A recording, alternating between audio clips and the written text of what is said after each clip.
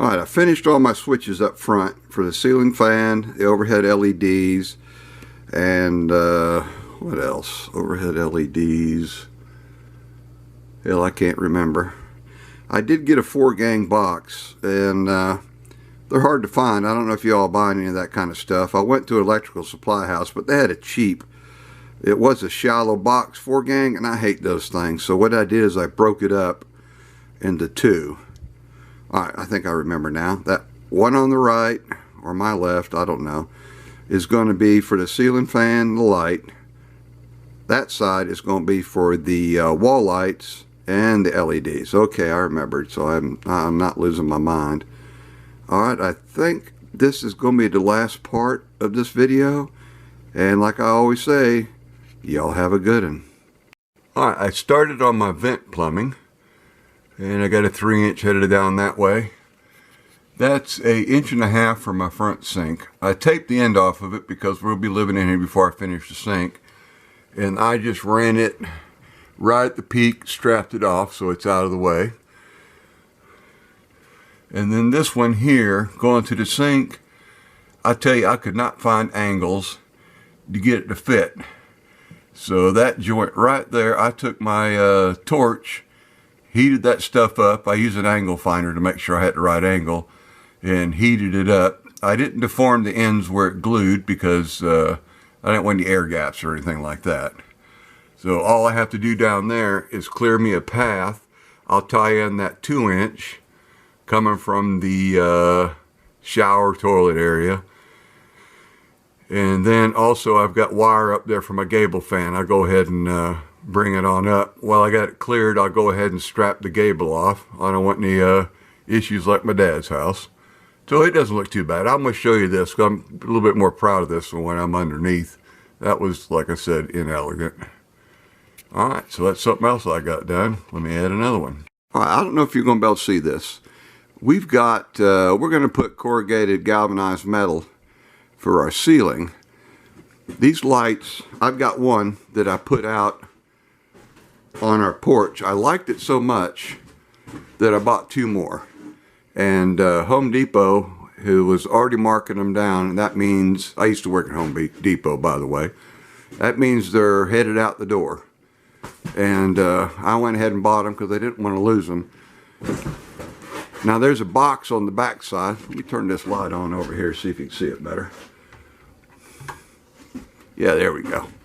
I had to make a box on the back side to make sure the light came out level and straight, plumb.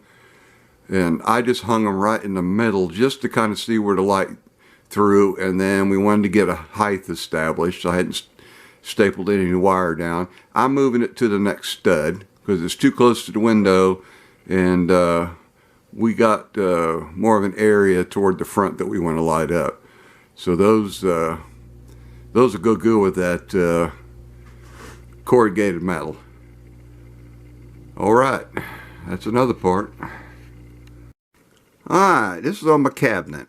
I took the top off, was looking at something, and these gussets were stapled, and they were poorly stapled. So what I did is I got a bunch of those 5/8 I took off the barn, and I pre-drilled it a little bit because if you drive a screw in the particle board, it just pulls it out.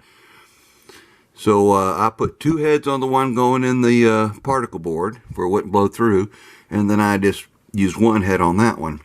Now the corners, they only had 3 screws, 2 on the side, 1 in the back. Now that gusset right there has got plenty of spaces to tie it in.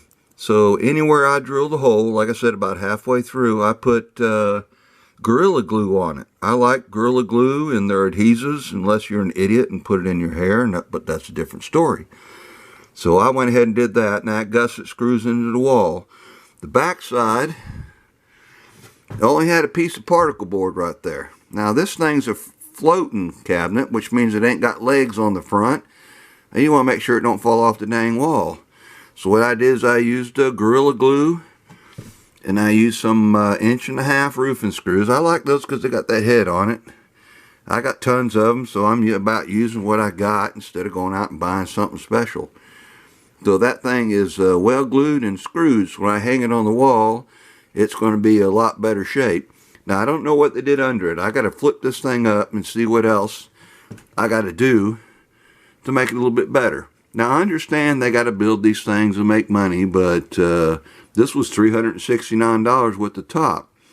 And I figure paying that, they could do a little bit better than shoot some loose staples in there. That's just, sorry, I like the cabinet. The outside's got a really nice finish. I think that's where they spent their money at.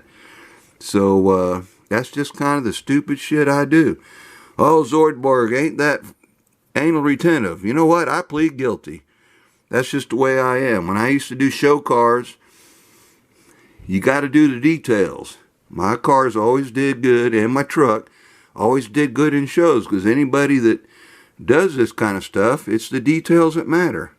So if you buy one of these cabinets, go ahead and fix her up a little bit. It ain't nobody gonna see this. I might when I poke my head under there to do the plumbing, but I don't care. My neighbors ain't gonna be going in my cabinet and looking up at it. So this is just a stupid little video I thought I'd add. Y'all have a good one.